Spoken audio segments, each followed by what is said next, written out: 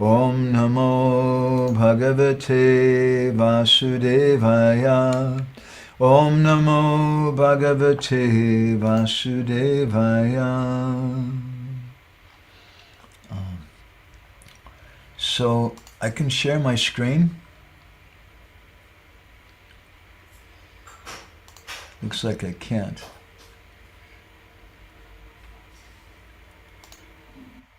Ambika, can you please give the share screen facility to Madhavananda? I've got it now. So we wanted to speak something about the Vrindavan experience. And the devotees asked if we would say something about different places. But the Vrindavan experience is not just an experience with the mundane senses. Here's a nice statement from Srila Prabhupada. It's a lecture that he gave in Vrindavan on the 14th of March, 1974. And he says that this Vrindavan Tirtha, as someone comes here with a bodily conception of life, he doesn't derive any benefit. Yet Tirtha Buddhi Salile. Salila means water. Just like generally people come here, take their bathing in the Jamuna River, and they think, now my business is finished. I came to Vrindavan. Now I've taken my bath in the Jamuna River and purchased some things from here. Now let me go home. I finished my tirtha. But Shastra says, no, that's not tirtha. Janesh abhigyeshu. If you want to purify yourself, then in the tirtha you must find out abhigya. Abhigya means one who knows. One who knows. What is that knowing? One who knows Krishna. So I'd like to share with you today a few thoughts about what it means to enter into the Dham and a particular pastime which takes place in Talavan. We'd like to speak something about Dhenukasura, but in a philosophical way as well as in a Leela kind of sense. We'd like to speak something about the Vrindavan experience and what does that Vrindavan experience mean. There's another statement I'd like to share with you, a very beautiful statement. This is from Bhaktivinoda Thakur's Krishna Sanhita, where he speaks about how the Dham manifests. This is his purport to 7th chapter, verse 1. He says, the mood of Golok is reflected in the conditioned living entities' hearts, wherein the pastimes of Krishna are also eternally manifest. Therefore, according to the devotee's qualification, at a particular time, Krishna is taking birth in some devotee's heart. He's stealing the gopi's clothes in another devotee's heart.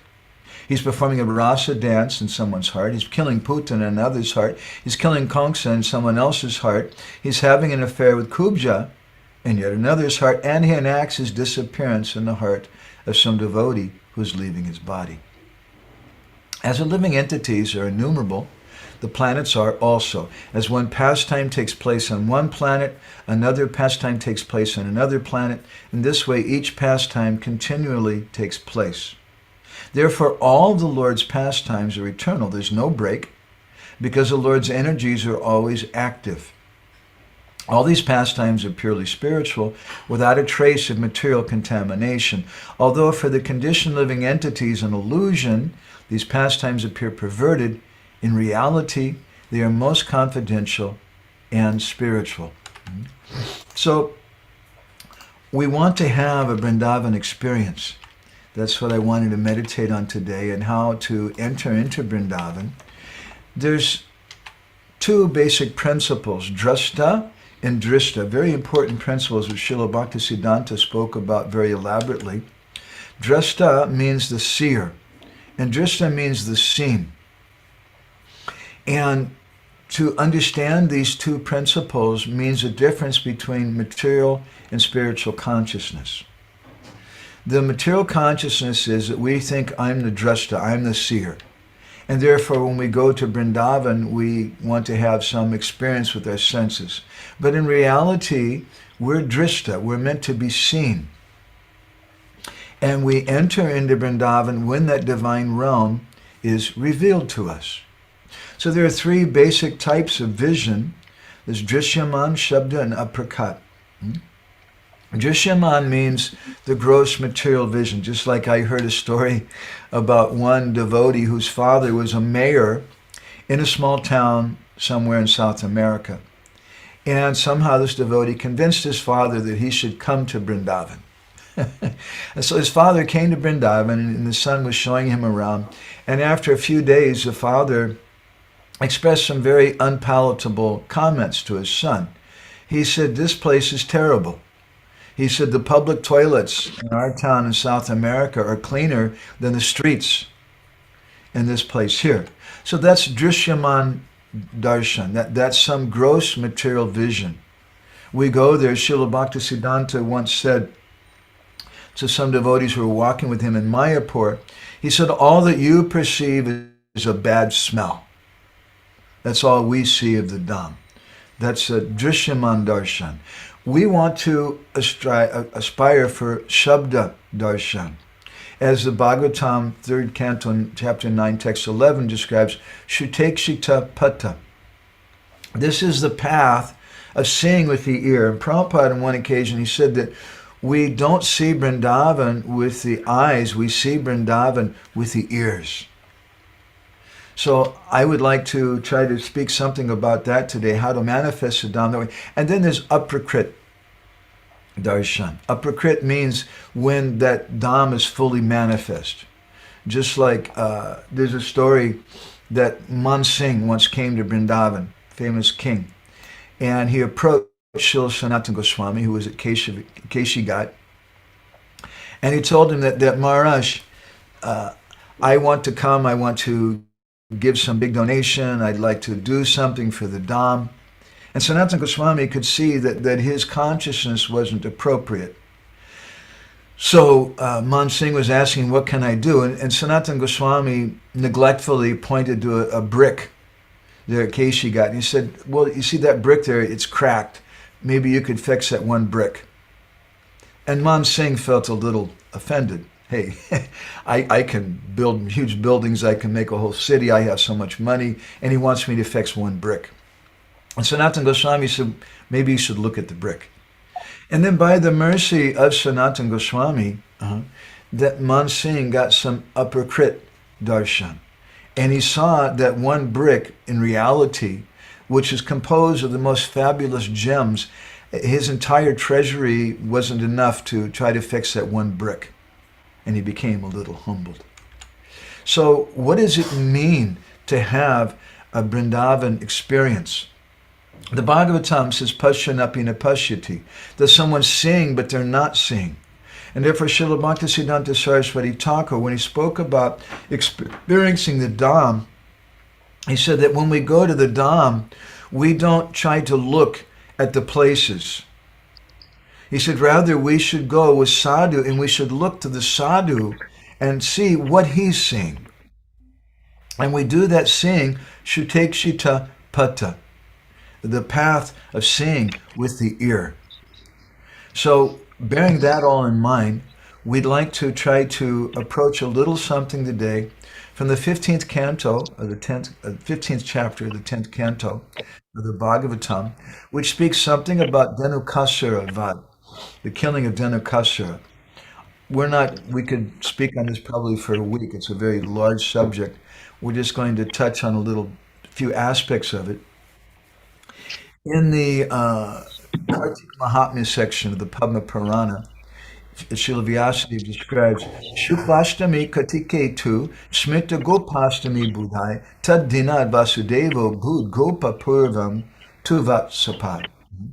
That the 8th lunar day of the bright fortnight of Kartik, that day is known as Gopastami, and that's the day that Krishna began doing his service as a cowherd boy. Previous to that, he was taking care of the calves.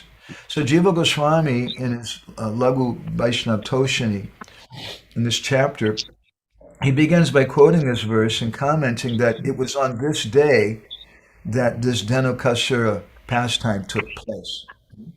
Bhaktivinoda Thakur says a very interesting thing in several of his literatures, in Krishna Samhita and in Chaitanya Siksamrita.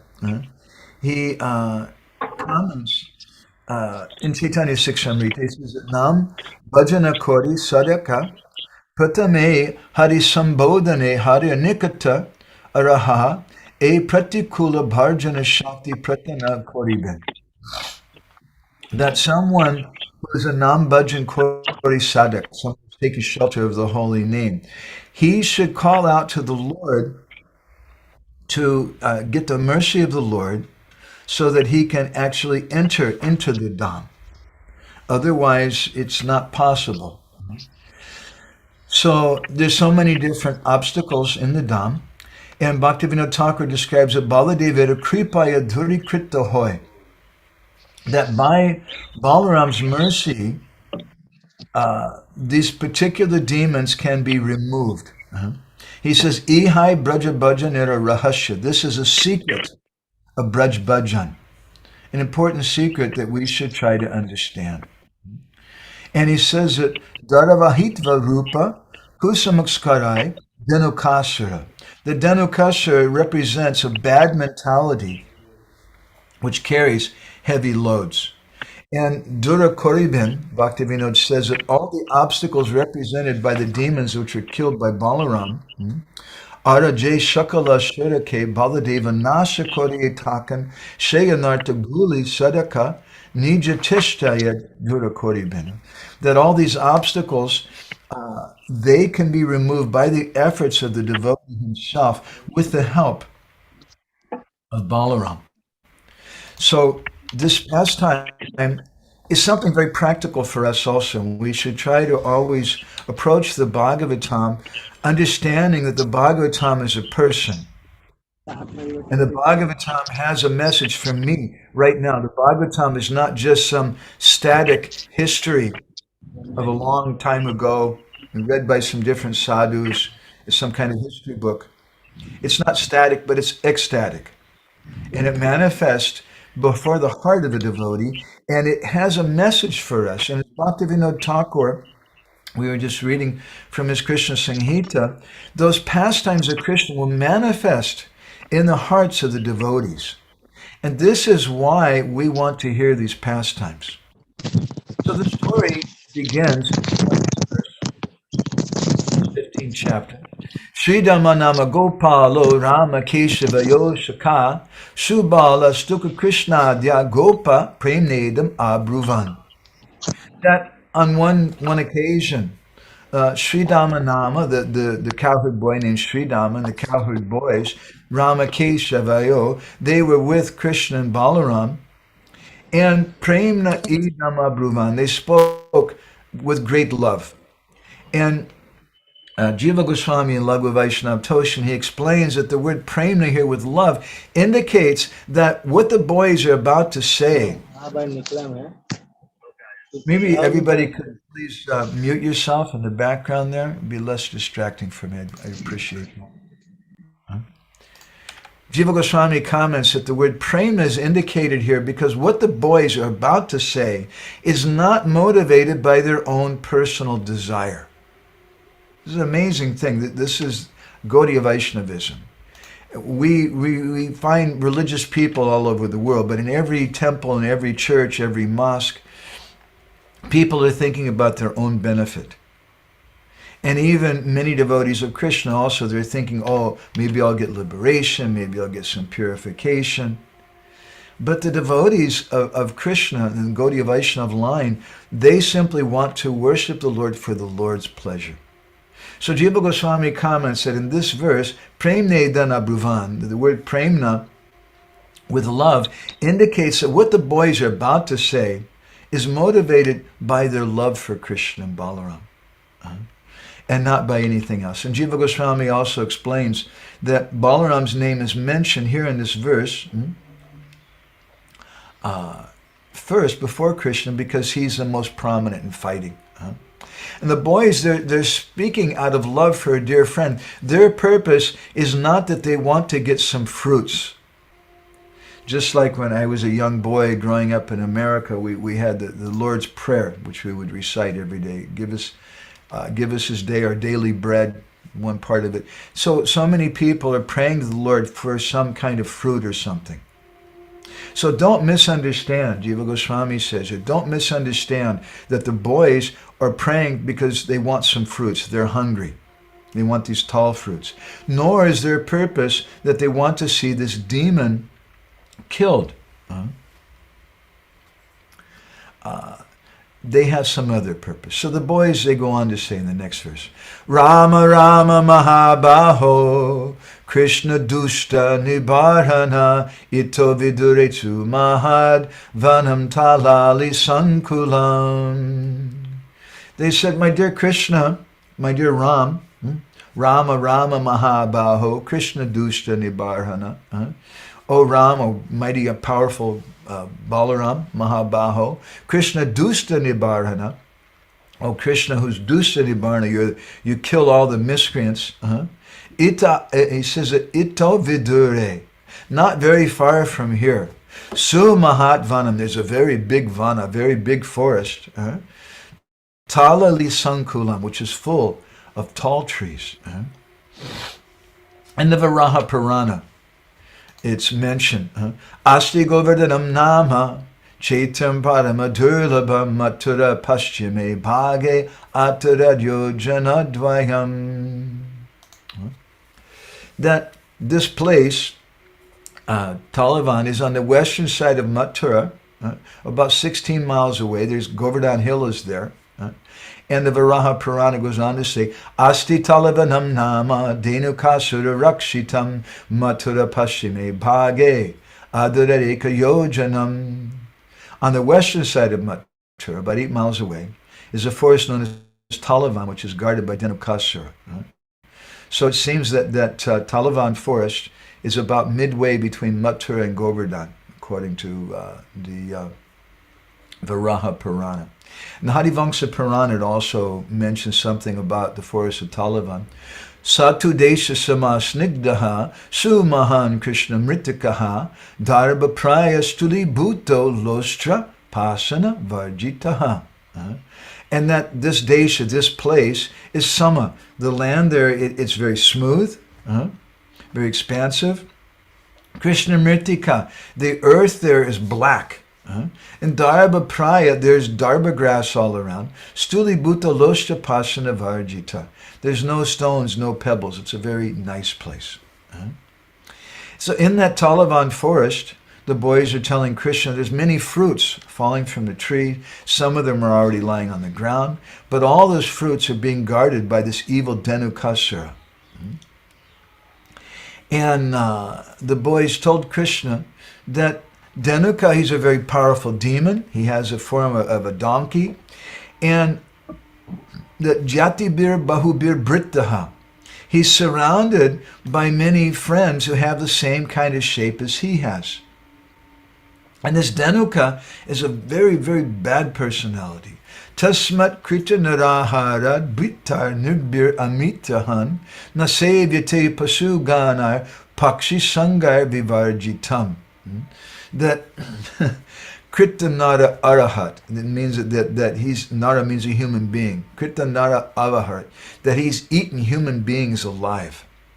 And because of that, everyone is very, very afraid of him. Even the bird, Pakshi Sangai, means that the Pakshi Sangha, or the groups of birds, the flocks of birds, Pakshi Sangha Vivarjitam, they've given that place up. They don't want to fly there.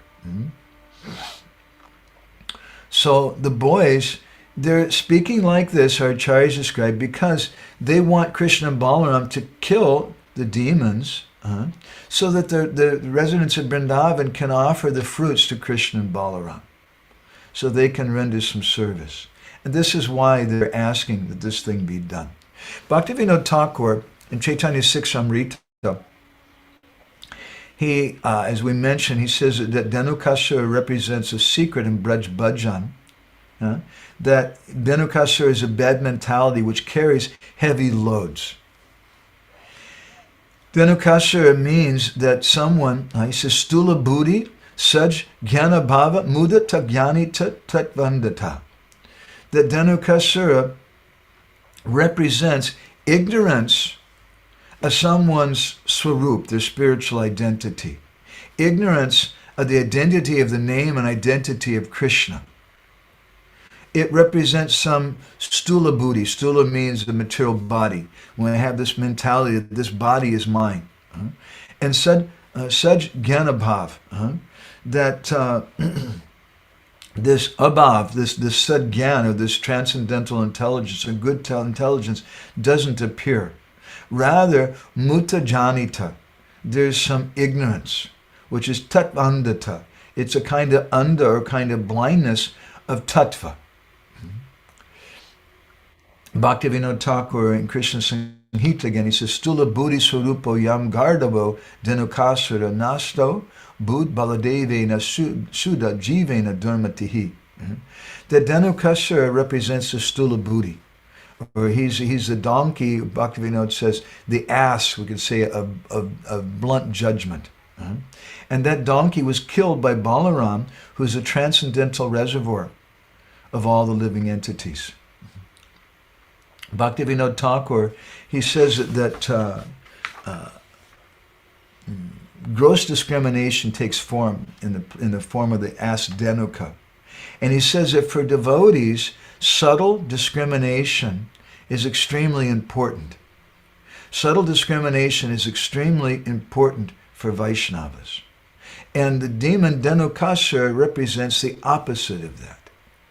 And he looks like a big person. Maybe he looks like someone who's knowledgeable, but his knowledge is stula buddhi. It's just with his body. He has blunt judgment. He can't understand. And Bhaktivinoda Thakur describes that the nature of Dhanukasura is that he wants to stop everybody from eating the fruits of bhakti. And he says that you should all just stay here on the ground, like me, because Dhanuka can't climb that tree. You should stay here on the ground like me, and you should follow Vanashram Dharma. And if Dhanuka sees that someone's trying to climb the trees to get the fruit of bhakti, then Dhanuka becomes very angry. And he starts making a very loud sound. And therefore, Dhanuka is known as Gardabasura. Gardaba has a couple of meanings in Sanskrit. Gardaba is a donkey, but Gardaba literally means someone who makes a loud noise. Hee-ha, hee-ha. The donkey is calling out like that. And so this is the nature of Dhanukasura, this mentality. When he sees that someone else can get the fruits, he becomes envious. This pastime is described elaborately also in Garga Samhita, and also Jiva Goswami in Gopal Champu gives some description. In Garga Samhita, Narad Muni, in the first canto of Garga Samhita, he speaks about how many different demons first met with Kamsa. And he says there, Agato Dhanuko Namna, Kamsam Jagraha Roshataha, Nodayam Asadurena Balam Kritvata Darunam. That this demon named Dhanuka came and he grabbed a hold of Kamsa. And at that time, Kamsa became Roshata, he became very angry. And it says, Nodayam Asadurena, he threw him far away. Kamsa was so very, very powerful. And it said there that Sattad Yojanam, that he threw Dhanuka 800 miles. And then Kamsa jumped on him and started punching him and defeated Dhanukasura. And he acquired Dhanukasura as his follower. And therefore Dhanukasura was put in charge of the Tala forest, Kamsa's forest of tall trees. Later in the second canto of the Garga Samhita, it's described that by Narad Muni again, that in one day, as Krishna and Balaram were herding the cows, and we know this is the day of Gopastami, that Krishna went to the Talavan forest. And Narad Muni says an interesting thing here. Dhanukasya bayad gopa nagatastu te vanantaram krishnopi nagatas tatra bala eko viveshaha. That by it, out of fear of Dhanuka, even the cowherd boys, they weren't going into that forest. And it says that even Krishna wasn't going into that forest, only Balaram entered into that forest. Balaram here, we should understand, represents Adi Guru. And therefore Bhaktivinoda Thakur, he says that we have to get the blessings of Balaram. And to get that blessings of Balaram, he says that we have to constantly make some endeavor.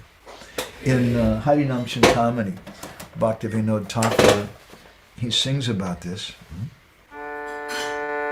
Yatna kori kripa magi vyakula antare Tumi kripa moya kripa koro atapare Hare Krishna, Krishna Krishna, Hare Hare, Hare Ram, Ram Ram, Hare Hare. He says that Yatna Kori Kripa Magi, if you want to get this mercy from Balaram, if we want to overcome these particular demons, which are represented by which are killed by Balaram, then we have to make some endeavor, Yatna Kori. And then Kripa Magi, we can beg for that Vyakula Antara, we can beg for that mercy in our heart. And if we take shelter of Sri Guru, we take shelter of Balaram and depend on him, then we can get those fruits. So Balaram entered into that forest. Not even Krishna, only Balaram entered. And then at that time, the boys, they turned to Krishna and they said, Hey Krishna Karuna Sindho, Dina Bandho Jagatpate, Mahabala Bala Brata Samasta Balinamvara. Very similar to a verse we're quite familiar with. They said, Hey Krishna, you're Karuna Sindhu, you're an ocean of mercy. You're Dina Bandhu, you're the friend of the fallen. And Mahabala Bala Brata, you're that powerful brother of Balaram, who's the strongest of strong. So please hear us. The boys said, we can go and we can shake these trees and we can make the fruits fall down. They said, but there's a problem. There's this very, very terrible demon named Dhenuka there who has a form of an ass, and Dhenuka can't be defeated by anyone. So Dhenuka represents, again, the stool booty. And sometimes there's certain persons who look like they may be a Brijbasi. Like Dhenuka looks like he's living in Vrindavan. And it looks like he's doing something important. He's guarding these trees. But Dhenuka, he's not able to get the fruits. He's like an ass. He's carrying a heavy load. He's carrying a heavy load of information, of gyan. And he's thinking, this is what's very, very important. So he says, this Dhenuka can't be defeated by anybody. He's such a good debater. Sometimes we see people are very, very fond of debate. But the Mahabharata famously says, Tarka apratishta. That Tarka argument is useless. So the boys, they asked Krishna, so should we take these fruits? Should we not take these fruits? Should we shake the trees or not? And Krishna smiled hearing the boys' words, and he said, Kim vodaityad bhayam bala yuyam mat sahacharinaha brikshan gatva chalalitva falani kadatabayam. And Krishna said, hey, Kim va daityat bhayam. My dear boys, why are you afraid of this demon? Don't you know? You're my sahacharina, you're my friends. You go to the trees, you shake the trees, eat those fruits without fear. You have this adhikar for this. Because you're my friends. You're real residents of Vrindavan, not this Dhenuka. This Dhenuka is coming and just making a big noise. And he likes to argue and debate. But you don't need to do that thing. You just go and shake these trees and you'll get the fruits of bhakti. So the boys, they went there following Krishna's order and they started shaking the fruits from the trees. And those fruits started falling down from the ground. Some of the trees broke. The boys started dancing and started making some noise and things. And when they heard that, Dhenukasura and his friends came running there. Now, the Garga Samhita describes a very interesting detail about this pastime. It describes the form of Dhenuka. Brikshadam rakshita daitya kara rupi chadenukaha. Koti singa samabalo devanam darpanasanaha. That this Dhenuka, he had the form of an ass, and he was watching over the trees there, and Dhenuka koti singa samabalo. His bala, his strength was like koti singa, like 100,000 lions. Samabala, his strength was equal to that. Devanam darpanasana, he destroyed the pride of the Devatas. Sharidam Parvata Samam, that his body was just like a great mountain. Kupatulye Chalochane, and his eyes were like wells. Isha Pankti Samadhantas, his danta, his teeth, were just like telephone poles. Just like some big poles. Tundam Parvata Gavaram, and his belly was like a Parvata Gavara, a mountain cave. Satahasta Parimita Jiva Lola Bhayanaka. His tongue, which was very bhayanak, very, very fearful, which was moving around, it was 100 hastas long. A huge, huge tongue. His navel was like a great palace. His roar was very frightening. This is the form of Dhanukasura. And Jiva Goswami in Gopal Champu, he describes that Balaram, he became angry and he approached those tall trees and he began to uproot the trees. And he crushed those trees like an elephant crushes in different directions. And then those demons, Dhanukasura and others, they came there and they went to attack Balaram and Krishna. And at that time, Balaram started laughing and laughing. And he wasn't paying attention to Dhanukasura because he was just laughing. I'm not impressed with this person. I'm not impressed because Balaram is Adi Guru. I'm not impressed with the so-called knowledge of this person. He has a stula buddhi. All he has, he's just like a donkey carrying a heavy load. Some of our friends who teach in the VIHE and in the MI, they've commented to me that a little frustration, let's pass on this little comment from some of the teachers there. They said that there's a new kind of student who's very expert in being a student. And maybe they've been trained in some mundane school somewhere how to get good grades, how to pass something. But the devotees feel frustrated sometimes because although maybe they're able to pass tests and they remember the proper information, they're not actually imbibing the information in a proper way. And this is the nature of Dhanukasura. Dhanukasura is someone who's carrying a heavy load. And he doesn't know what he's carrying. Prabhupada sometimes comments that it's like a donkey carrying a load of sandalwood. The sandalwood's not for him. The donkey can't appreciate the sweet fragrance of the sandalwood. And so similarly, if we're just a student and we're just coming to collect some information, then we're like Dhanukasura. And Balaram, who's Adi Guru, he just laughs at Dhanuka. He thinks it's a big joke.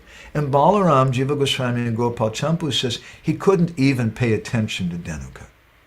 So then what did Dhanuka do? Dhanuka became offended. He's not paying attention to me. So he came and he kicked Balaram. And Balaram still didn't even notice that because he was laughing so hard at this Dhanuka.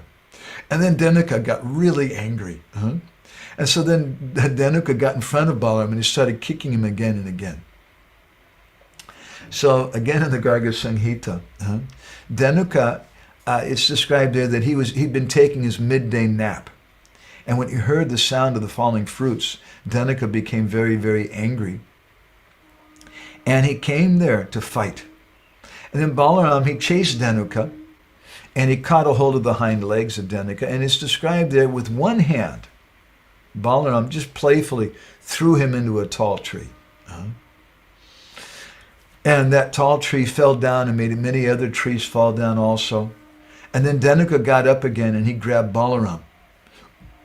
And then Balaram grabbed Dhanuka and threw him, whirled him around, and threw him for 8 miles. And when Dhanuka hit the ground, he became really upset. He was unconscious for a minute, and then he got up and became really, really angry. And then he manifested a terrifying form with 4 horns. And that form was so frightening, all the cowherd boys began to run away.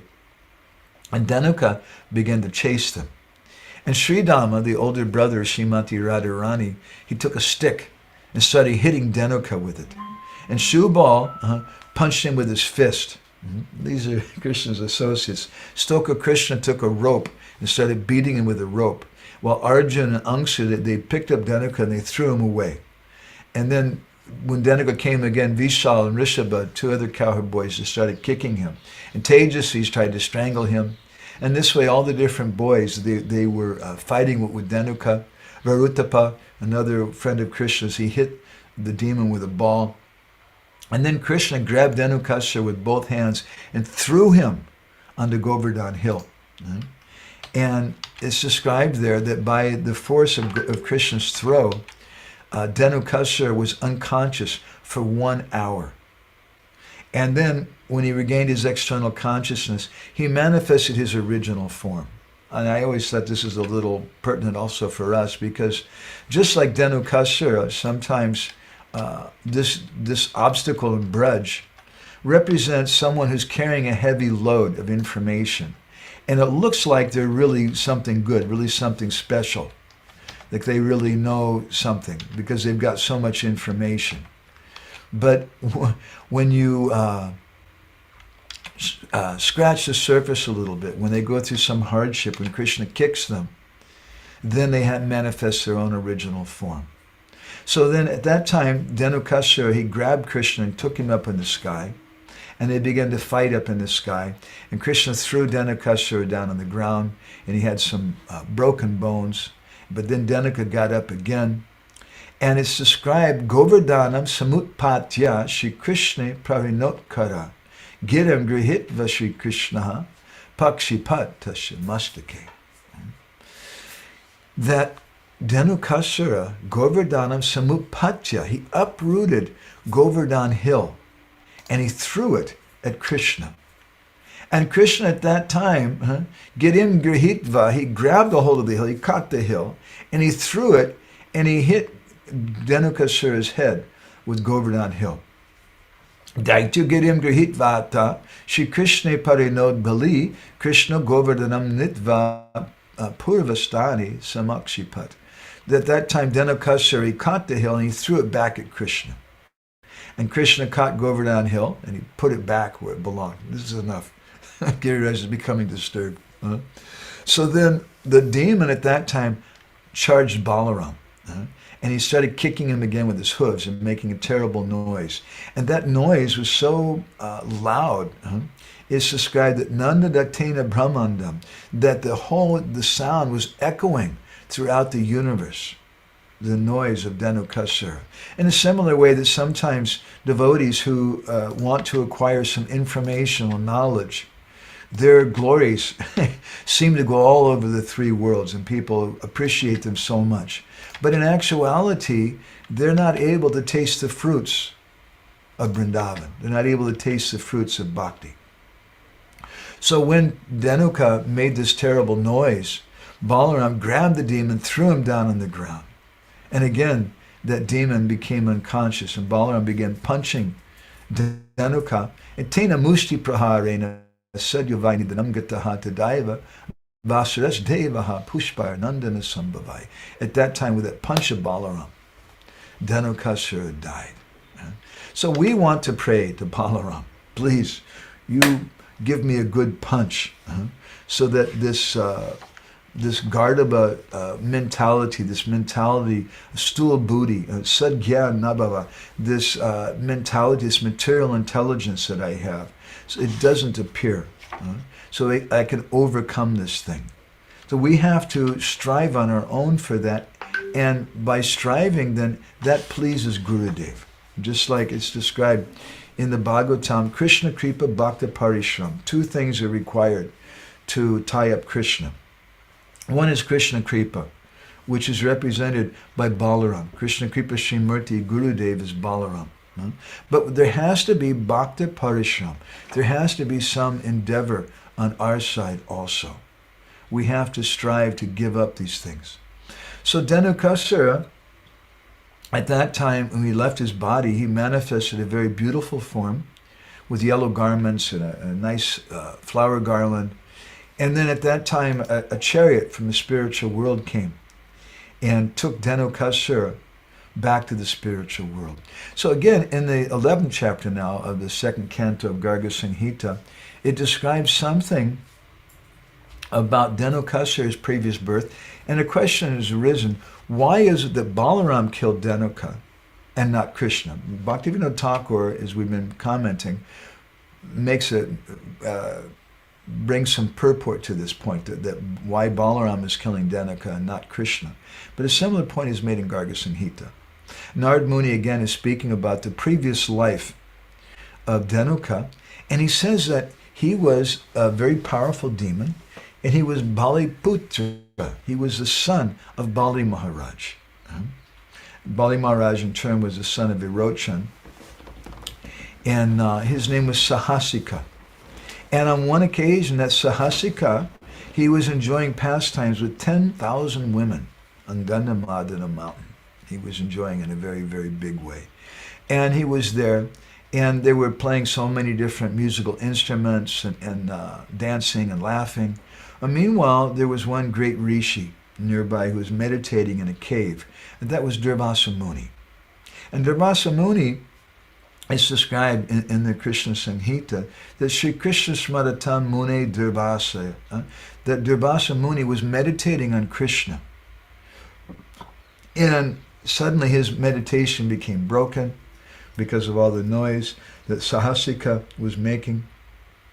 And so Durvasa Muni came, and he became very angry, and he cursed Sahasika. He said, Utista Gardabakara Gardabo Bhava Durmate Varsanam tu Chatur Laksham Vyatite Bharate Punaha Mature Mandale Dibye Punye Talavane Vane Balavasya Hastena Muktaste Bhavitasura.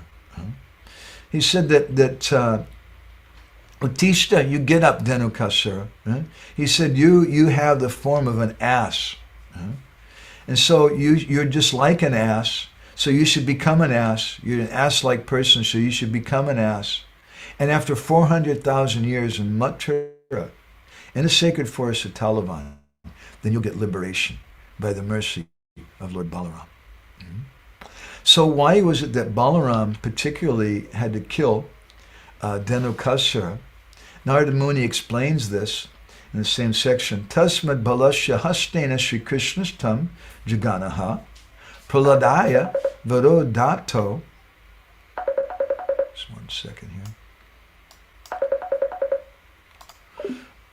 Praladaya varodato navadyo me tavanyava. That Narada Muni said because Krishna had given Prahlada Maharaj a benediction previously, that your descendants, they won't be killed by me.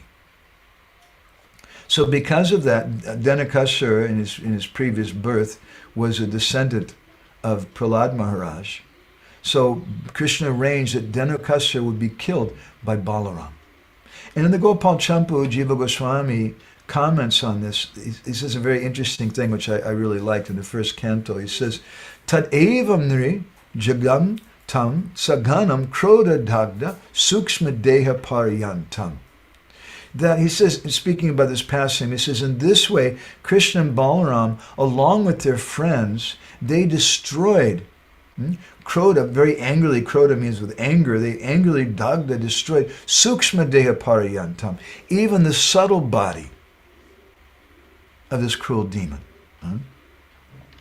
So Dhenukasura was a descendant of Prahlada Maharaj. He had a very great great-grandfather as a devotee. But Dhenukasura, he was dependent upon his own strength. And he had this mentality of stula buddhi. He didn't have good intelligence. So he was thinking that he began to serve a great demon, Kamsa. And Dhenukasura was trying to keep the residents of Vrindavan from tasting the fruits of those trees, tasting the fruits of of bhakti. So this is the nature of Dhenukasura that we should be very, very careful to avoid. Bhaktivinoda Thakur, therefore, he describes that this particular demon has to be destroyed. We have to exhibit some of our own endeavor. And when we make some of our own endeavor, then Balaram in the form of Adi Guru becomes pleased. And when Balaram becomes pleased, then we can overcome this particular demon. So I'd like to also share with you a few other thoughts in this regard. In the Chaitanya Charitamrita, it speaks about the nature of this kind of mentality. This is Madhya Lila chapter 25, text 279. Amrita koro panjara samanahi an chitte kori sudrida visvas. Napadaku tarka garte ameja kakashavate yate padilaya sarvanas.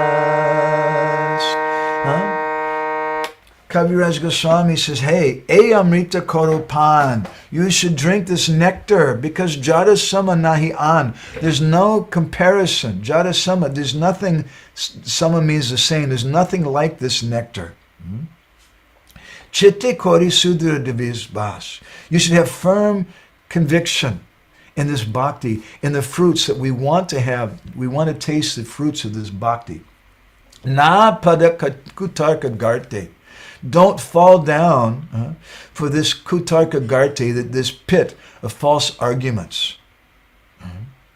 If you fall into that pit of false arguments, which is a medya karkashavete, it's like a whirlpool which will just swirl you around and you'll become completely confused. And jati padili hoya sarvanas.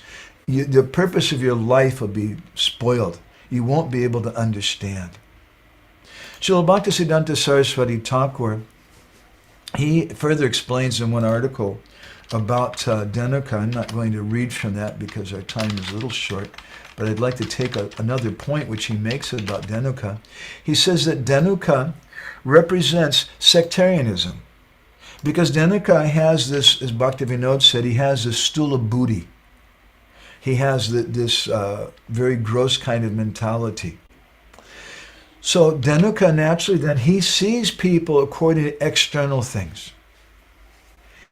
And he has this fault of sectarianism, which is Bhaktivinoda Thakur says in Krishna Samhita, and a very interesting thing, he says that sectarianism is a natural byproduct of the absolute truth. Because Dhenuka, again, let's remember, Dhenuka is living in Vrindavan. Dhenuka is a descendant of Prahlada Maharaja. Dhenuka represents someone who has some information, some knowledge, but it's just like a heavy load. And because it's a heavy load, then Dhenuka, he's not seeing in a spiritual way. He's just seeing something external. And Dhenuka, therefore, he falls prey to this sectarianism, which Bhaktivinoda says is a natural byproduct of the absolute truth. How is that? He says, when the acharyas first ascertain and instruct the truth, there's no sectarianism. But they give some rules and regulations according to the mentality and locale of the people they're speaking to. And in one community, they give a particular rule. In another community, they give another different rule. Srila Prabhupada told the devotees, don't eat mushrooms. But I've heard from several Prabhupada disciples in New Mayapur in France, the devotees approached Srila Prabhupada with a question, what should we do? There's some very rare and expensive mushrooms which are growing in the forests around here. What should we do with this? Should we do anything with those? And Prabhupada told them, according to those senior devotees, what they said to me, Prabhupada told them that you can offer them and eat them. You offer them to the Panchatattva, but not to Radha Krishna. That was an instruction that Prabhupada gave some devotees in France. But I don't think Srila Prabhupada ever gave an instruction like that to anybody in India. In different places, sometimes one group is given one instruction, another group's given another instruction.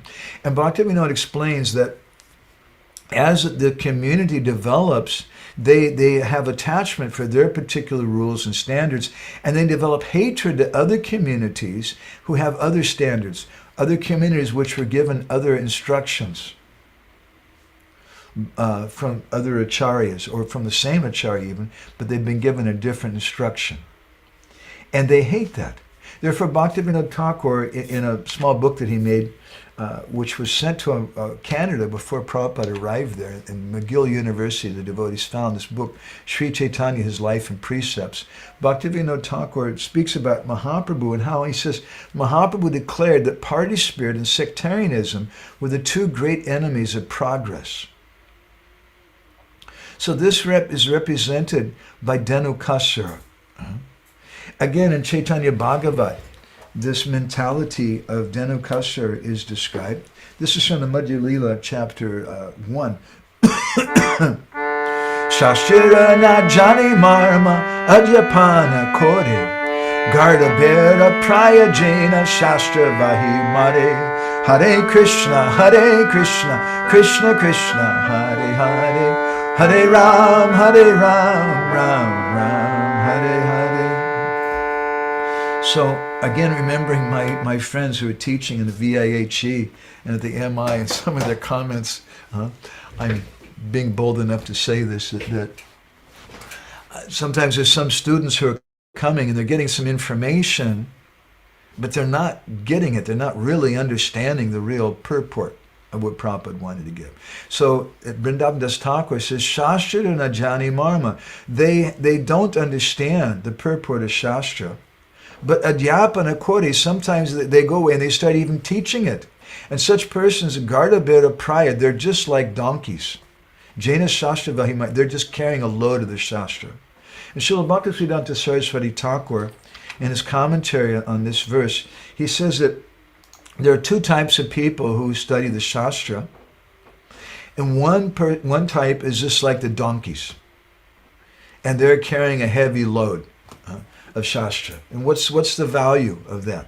But the other, they're Saragrahi. They're extracting the essence of the Shastra. He says they're like honeybees. The first is like donkeys, and the second are like honeybees. And he says that these ass-like donkey persons who carry a heavy load, sometimes they go on and they want to even teach the Shastra, but they can't understand the real essence of Shastra, which is to serve Krishna in an unalloyed way. Just as Dhenukasura can't understand, can't touch the fruits in the Talavan forest. He's there guarding them. But he seems like he's connected with them, but he can't touch them. And he becomes very, very upset if someone's able to actually do that. His business is trying to stop other people from taking the fruits that he can't eat. And therefore, Bhaktivinoda Thakur, he describes in Krishna Samhita about Dhenuka, he says, ass-like devotees who are simply interested in the regulated principles and under the control of gross discrimination, they're unable to attain a higher platform. He says that Vaishnava principles are so unlimitedly exalted that someone who simply remains entangled in the regulated process without endeavoring to understand the science of raga or attachment to Krishna, they're comparable to ordinary fruitive workers. They're compared to donkeys, even though they may be Vaishnavas. He says, therefore, until the ass Dhenukasura is killed, one cannot advance in the science of Vaishnavism. A very heavy thing. And this may be one reason why some of us, I'm speaking to myself, why I've been practicing bhakti for so many years, but I'm not able to taste the fruits. Therefore, Bhaktivinoda says here that subtle discrimination is extremely important for Vaishnavas. We have to give up that stula buddhi, that mentality of just carrying a heavy load of information. Bhaktivinoda Thakur, in some notes that he wrote, a little article he called Notes on the Bhagavat, he said, we love to read a book which we've never read before. We're anxious to gather whatever information is contained in it, and with such acquirement, our curiosity stops. Right? I've gotten the information. I'm okay now. I've collected, I wrote this down and this down and this down from the course. I memorized 4 of these, 2 of these, 5 verses. I'm good. Bhaktivinoda says, this mode of study prevails amongst a great number of readers who are great men in their own estimation, as well as in the estimation of those who are of their own stamp. They think they're great persons. I've collected so much information, and they impress other people who have a similar nature, similar mentality. He says, in fact, most readers are just repositories. They're just a place where you keep some facts and statements made by other people. He says, but this is not study. The student is to read the facts with a view to create, and not with the object of fruitless retention. not just trying to memorize something. And then he goes on to say, students, like satellites, should reflect whatever light they receive from authors and not imprison the facts and thoughts. Wow. the information that we get, we don't want to imprison it and just try to memorize something. Bhaktivinoda says thought is progressive. The author's thought must have progress in the reader in the shape of correction or development. He is the best critic, Bhaktivinoda says. And here the word critic he's using in the sense of just like we may have a movie critic or someone who's a critic of a book. It means a learned person. And that type of criticism is good. He's the best critic who can show the further development of an old thought. But a mere denouncer is the enemy of progress. So this is our line. And Prabhupada, he spoke about this a number of times. In one lecture I came across in 1966, Prabhupada gave in New York City to very, very new persons. Prabhupada was telling them, he says, you try to assimilate it. He said, don't try to argue if it's true or not. You have to think it over. He says, try to argue whether it's true or not. Try to consider it. Think about it. He says, what Bhagavad Gita says. Why has Swamiji said this? Apply your arguments. Apply your logic. Don't take it as sentiment or blind faith. You've got reasons. You've got arguments. You've got sense. Apply it and try to understand. So Prabhupada was saying it's to new persons. This is an important aspect of bhakti. We can't just be like Dhenukasura, just carrying a heavy load and making a big noise and then trying to be the guardian of bhakti and keeping other people from getting the fruits of bhakti. Prabhupada wrote a letter, a famous letter to Kurandar on the 22nd of December 1972. And he said, the Krishna consciousness movement is for training men to be independently thoughtful and competent, not for making bureaucracy. This is our purpose of our Krishna conscious movement, that to train people to be independently thoughtful. That's bhakti. That's the opposite of Dhenukasura. And therefore, Bhaktivinoda Thakur, he says that subtle discrimination is extremely important for Vaishnavas. There's an interesting commentary we came across in the Brahma Gita in the 47th chapter of the 10th canto. In text 23 in Jiva Goswami's Laghu Vaishnava Toshini, where the verse Uddhava is speaking to the gopis. And Uddhava tells the gopis that because you gopis, ityarpita mana, you've offered your minds to Krishna. Jiva Goswami explains, what does that mean, the gopis have offered their minds to Krishna? He says, manasa satantriyena karma kartridva bodhanartam. It means that the gopis are independent thinkers. Yasham iti arpita mana means that the gopis are thinking independent. What does independent thinking mean? Because we don't want to be, in one sense, we don't want to be independent thinkers. We want to be following Sadhu, Shastra, and Guru. In the next verse, Uddhava tells the gopis, Jistya putram patindehan swajanan bhavanani cha hitvavrinita yuyam yat krishnakyam purusham param. He said, this is your good intelligence, that you left your husbands, you left your sons, you left all your bodily comforts and things, and you just want to love and worship Krishna. This is your good intelligence. So bhakti means we should cultivate independent thinking. Now, at this point, we should point out that it doesn't mean that we want to, we tell brand new persons you should be an independent thinker, just like we give the example sometimes. You don't tell a small child that don't drink bleach, but you should be an independent thinker. You may drink a little bit and just check it out and see what you think. You may stick your hand in the fire and see what you think about it. You can't, a 2-year-old child, you can't tell them to be an independent thinker. You have to give them rules and regulations. But the nature of Dhenuka is he's following those rules and regulations, and he thinks the rules and regulations are everything. And he thinks that nobody's going to grow up and that nobody's qualified to approach those wonderful fruits in the Talavan forest.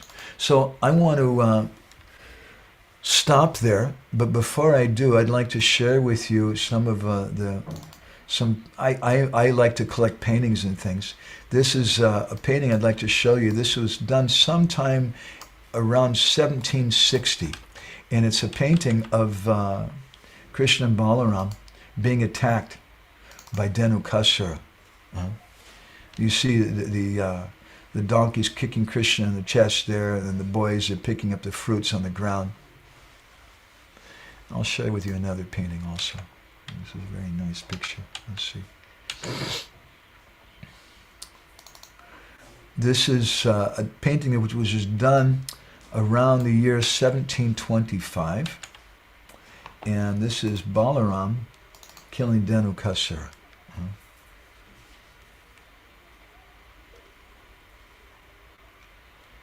And let's see, I have another one here I'd like to show you too. Oops. I'm a little confused with this sharing thing. I'm not very good at it. This is from an illustration of the Harivamsa Purana, and this is a really old picture. It was made around the 1500s. Let's see. Balaram killing Dhenukasura. And let's see, I'll show you another picture here too. I'm not very good with doing slideshows and things like that. I much prefer just to talk and have devotees hear through the ears, see through the ears. So this is another picture here. This is Balaram. This is Balaram killing Dhenukasura. This was made painted sometime between 1830 and 1840. In Balaram Krishna killing Dhenukasura and the donkey demons in the Taliban forest. Can you see?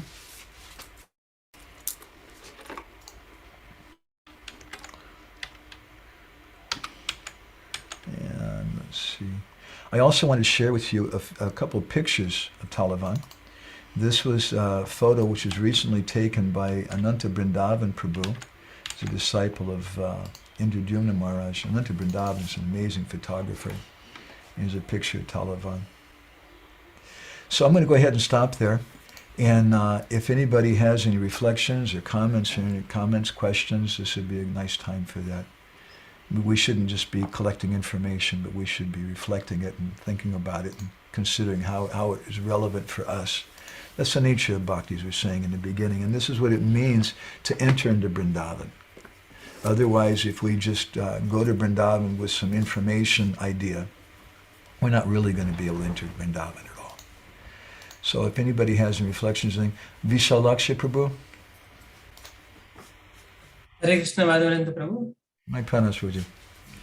Thank you so much, Prabhu. You have wonderfully, very sweetly explained the pastimes of Krishna Balaram killing Dhenukasura, and so many practical way and Prabhupada quotes and Shastra quotes are given. Very nice. Thank you so much, Prabhu. Here, just I want to have a question that in general, like Dhenukasura, we, even though still we are in the bodily conception of mentality, we carry even in the realm of devotional activities. And sometimes we forget to recognize and try to act only in that bodily conception of acts in devotional life, and we think it's a devotion. So how to overcome such mentality? We have to make some endeavor, as Bhaktivinoda Thakur is saying here. And what is the essence of that endeavor? The essence of that endeavor is we want to associate with devotees who are not ass-like persons. Devotees who are independent thinkers. And especially with senior devotees. We also don't want to speculate. We don't want to encourage younger devotees to speculate. But we should think about things. We should apply what we're hearing and not just take it, as Srila Bhaktisiddhanta says in one place, in a lexical, graphical way. It's a fancy word. Lexicography is the science of dictionaries. A lexicographer is someone who makes a dictionary. So a lexical, graphical system means that we're just approaching something according to the letters. Or as like I saw on a bumper sticker once in America, Jesus said it, I believe it, and that settles it. And that, I'm sorry to say to our Christian friends, but that's the mentality of Dhenukasura. He's not thinking, he's not trying to progress, and he stays down on the ground, and he tries to keep other people down on the ground also. So to get up there somewhere and to give up this mentality of Dhanukasura, we need to associate with people who are independent thinkers, who have matured. And that's why, if you think about it, in our society, basically every strong preacher, every guru in our society is an independent thinker, to a greater or lesser extent. It's not that they don't attract people who can just give some information, just repeat something as it is, with no thought to their self or how to apply it. They're not very inspiring to people in a general way. So we want to take association like that. And as Bhaktivinoda Thakur and Chaitanya Siksamrita says, we have to make some endeavor.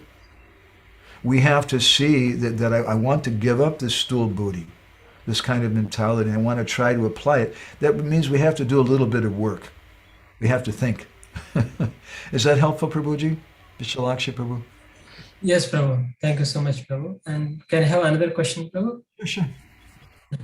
So you have explained that the subtle, one should have a discretion of the subtle discretion. Mm-hmm. So in practical way, how we should do in accordance with scripture? Yeah, Bhaktivinoda Thakur describes it as sukshma buddhi. We should have this subtle discrimination. Prabhupada, he told that I find it very fascinating that in 1966, in New York City, Srila Prabhupada, when he's telling these brand new people who was, I can't remember the name of the scholar, but he was a scholar of Gaudiya Vaishnavism. Somehow he came in touch with Prabhupada's followers at that point. He saw they were wearing Gaudiya tilak, and he was astonished. And he asked them something about Chaitanya Mahaprabhu, and the devotees didn't know who Chaitanya Mahaprabhu was. And he asked them something about the Bhagavatam. They didn't know what the Bhagavatam was either. At that time, they were so very, very new. But at that point, Prabhupada was telling them that you should consider what I'm saying, and don't just take it blindly. Don't just say, oh, because Swamiji has said it, that you have to accept it. So Prabhupada, in the very beginning, he's teaching the devotees this principle that we have to consider it from different perspectives. Otherwise, it just becomes what Prabhupada sometimes called churchianity, or some mundane religion. And therefore, he told Karandar that our movement is meant to train people to be independently thoughtful. And Prabhupada, we know there's a famous story in New York City, in the New York temple, when unfortunately the leader of the temple made some ridiculous choices. He married a woman who was not a devotee, and they started offering things which were non-vegetarian to the deities. And when Prabhupada came there, he was furious with that leader. He was also furious with some of the devotees who left the temple because they saw this was going on and disturbed their minds. And Prabhupada was also furious with some of the devotees who stayed in the temple and didn't say anything. Prabhupada told them, you have to use your intelligence. Don't just be passive just because this person's a leader and he's saying this thing. Think about what I've said. So we have to apply it. Prabhupada's saying here, we have to apply your logic. He said, don't take it as sentiment or blind faith. We should consider it from different angles. I know within the Taliban, there's some historical question about Muhammad. Some say that Muhammad had relations with a 4-year-old girl, had sexual relations like that. And if you go to research that subject matter, the Taliban, they'll kill you. If you remember the Taliban, they don't want to encourage that kind of critical thinking. But we should. If Prabhupada said something, Prabhupada gave sannyas to 2 different devotees in Vrindavan one day. And they came to his room afterwards, one at a time. And the first one, Prabhupada told him, you should travel and never stay in one place. Yes, Srila Prabhupada. He left. The next sannyasi, next devotee came, and Prabhupada told him, sannyas means you follow your order of your guru, and I want you to stay in Vrindavan and don't go anywhere.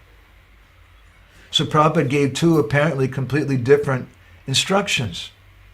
Bhaktivinoda Thakur in Jivadharma, he says that the sadhu speaks in 2 kinds of ways. He calls it tatkalika and sarvakalika. Tatkalika means according to time, place, and circumstance. And Prabhupada may have made some instruction, definitely made certain instructions. Niranjan Maharaj gives an example. He says that Gurudev told me to, he's the captain of the boat, he told me to turn the boat right, turn the wheel right. So I turned the wheel right. And Gurudev left. And Gurudev told me to turn the boat right, so I always turn the boat right. And I never turn the boat any other way. But Gurudev told me to turn the boat right because that was a necessity at that time. So we have to consider what Srila Prabhupada was saying, why he said it, what was his purpose. It's very, very important, and that'll purify us and also enable us to be proper instruments of Srila Prabhupada for his preaching. Is that a little more clear, Vishalakshi Prabhu? Yes, Prabhu. Thank you so much, Prabhu. Thank you, Prabhuji. Hare Krishna. Anybody else with any reflections or questions, comments, or anything? Hare Krishna Prasanta. Thank you so much, Madhavananda Prabhu. This is my favorite chapter. So it was really wonderful. Ah, ah, ah. Rama Rama Mahabaho Krishna Dushta Nibarhanam Ito Vidure Sumahan Panam Talani Sankulam. Wonderful. Thank you so much. And thank you for taking us much deeper than on the surface, Leela, and taking us into a whole exploration of consciousness. So this is very wonderful. You are the master at that. And that's why we invited you. So thank you so much for giving us that association. Very, very valuable. And we want to have you on Friday. Are you coming back? Yes, it's 2 classes, isn't it? I think so. Yes, I'll be going to 19th. I'll be in Mayapur at that time. So 19th morning, yes. Good. yeah, now So we'll have our next class on Friday morning. And this time we won't be confused. Thank you, Prasad. I feel so blessed to just be, if I can be a sweeper or a toilet cleaner for the VIHE or whatever I can do, because the devotees of the VIHE, I see you're not just interested in giving information, but you want the devotees to go very deep in their hearts. And you're all doing that. You're being such a wonderful example of that. And I just want to just try to be, I'm a little bit of a Dhanakasura for you. I'm just trying to carry the load, whatever I can, of these ideas and things. I'm a big Denuka myself. So thank you, devotees, for attending today. And sorry for the confusion in the beginning somehow or other. This is the first time it happens, so we tend to forgive ourselves because usually we're not doing this kind of thing. So Madhavananda will end here because it's a little late. Welcome next time, and next time it will be on dot at 7:30 a.m. Okay. All right. Hare Krishna. Right. Jai. All glories to Srila Prabhupada, Vancha Kalpadurubhishcha, Kripa Sindhu Bhivacha, Patitanam Pavane.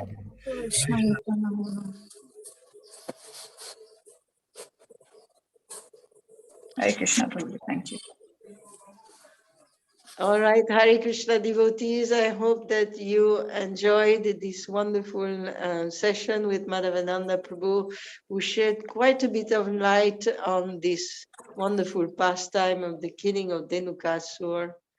It's a wonderful chapter. Actually, I recommend that you read it. It's a very, very wonderful chapter. It's a special chapter of Srimad Bhagavatam, which carries us through all the different rasas, Shantaras, Dasyaras, Sakyaras, Madhuryaras, Vatsalyaras, all the different rasas are covered in that chapter. And very beautiful pastime. Krishna becomes a Gopa at the age of 6 years old and then goes into the forest for the first time. And then at some point here, there is the killing of Dhanuka. So wish you all the best today. I'll be meeting some of the Bhakti Sadachar students today. So looking forward to be with you, and all the best with your study. And if you are interested, we have a second class today, which is the value class by His Holiness Bhakti Damodar Swami. That will be in the afternoon, around 6:30 or 7 o'clock. The announcements will come on your groups. Somehow today 2 classes have been booked, so Bhakti Damodar Maharaj will be speaking later on during the day. Hari Hari, Srila Prabhupada ki Jai.